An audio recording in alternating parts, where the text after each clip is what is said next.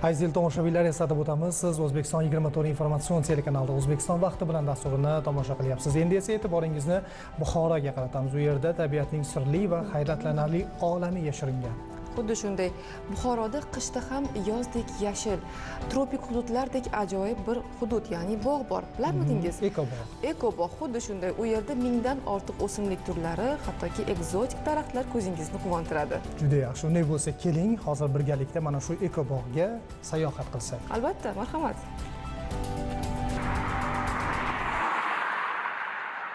Ayni paytda biz Buxoro shahri markazidan 14,5 kilometr uzoqlikda joylashgan Varnet botanika bog'idamiz.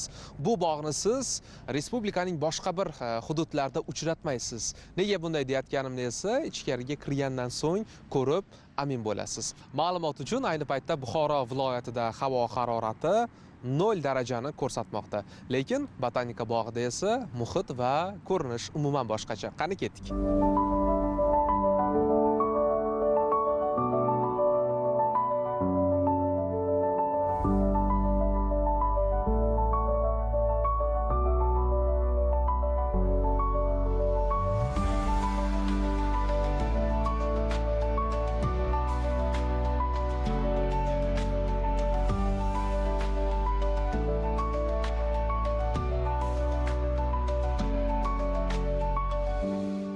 Bu yerda mingdan ortiq o'simlik turlari mavjud. Papaya daraxtlari, ekzotik gullar, hatto tovuslar va hovuzlarda suzib yurgan baliqlarni ham uchratasiz. Eng qiziq tomoni, bu bog' fasllarga bo'ysunmaydi.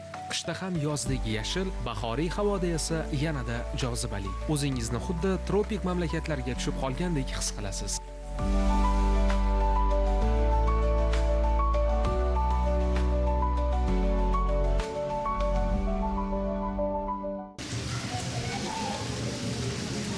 Ko'rib turganingizdek, ekobog'ning ichki qismi 15 daraja issiq ekanligini ko'rsatmoqda. Tashqarida esa 0 daraja. Va har bir ekobog'ning xonalari, bo'limlarida bu issiqlik darajasi o'zgarib turadi, ya'ni muhitga moslab. Ekobog'imiz ochilganiga 7 yildan oshdi. Hozirgacha turli-tuman turistlargacha mehmonlar tashrif buyurishadi. Asosan ekobog'imizda ko'chatlar, mevali ko'chatlar, gullar yetishtiramiz. Asosan bizni vazifamiz gullarni bir xil holatda, bir xil sharoitda ushlab turish va shu holatda, ko'klik holatida insonlarga ko'klikni ko'rsatish hamda yaxshi kayfiyat ulashish. Hozirda ekobog'imizda 1000 dan ortiq gullar, 100 dan ortiq ko'chatlar yetishtiriladi. Asosan gullarimizning noyobligi, chetdan keltirilgan gullarni ham o'zimizni sharoitda moslab ishlab chiqaramiz hamda sotuvga chiqaramiz.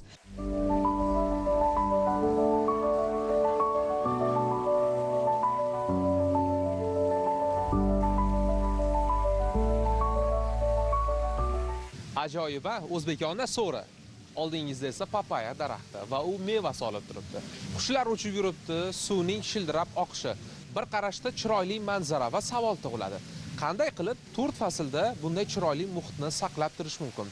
Albatta, bu jarayonda botanika bog'ida ishlayotgan fidoyi xodimlarning o'rni bo'lakcha.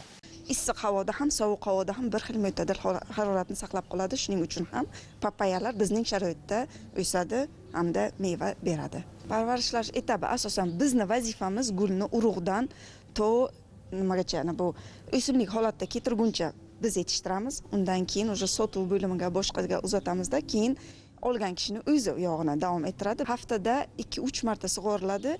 Shu etapda davom etadi. Bu yerda in vitro usuli asosida turli o'simliklar yetishtiriladi. Bu metod yordamida o'simlik hujayralari maxsus muhitda yetishtirilib, yangi ko'chat sifatida o'stiriladi. Aynan shu texnologiya orqali papaya va boshqa tropik o'simliklar ekib, bog' hududiga ko'chirib o'tkaziladi. Bu yerdagi aynan papaya bog'i ham in vitro texnologiyasi yordamida yetishtirilgan. Maxsus mikroiqlim sharoitida ular tez o'sadi va har doim meva berib turadi.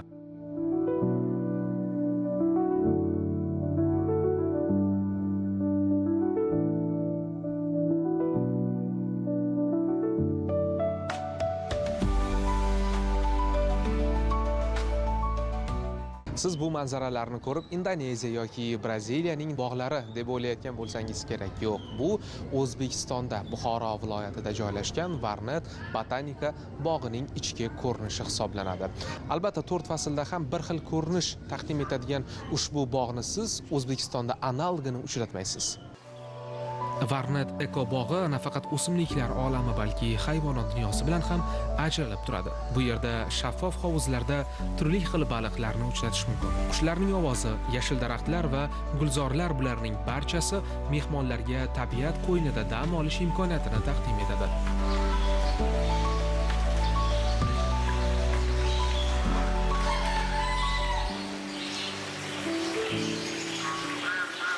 ...2025-yilda bizni bog'imizda, eko bog'imizda hayvonot bog'i hamda alohida bolalar uchun bolalar o'yingohi, ana yaqin kunda bir 2 oydan beri bolalar uchun alohida master klasslar ochildi.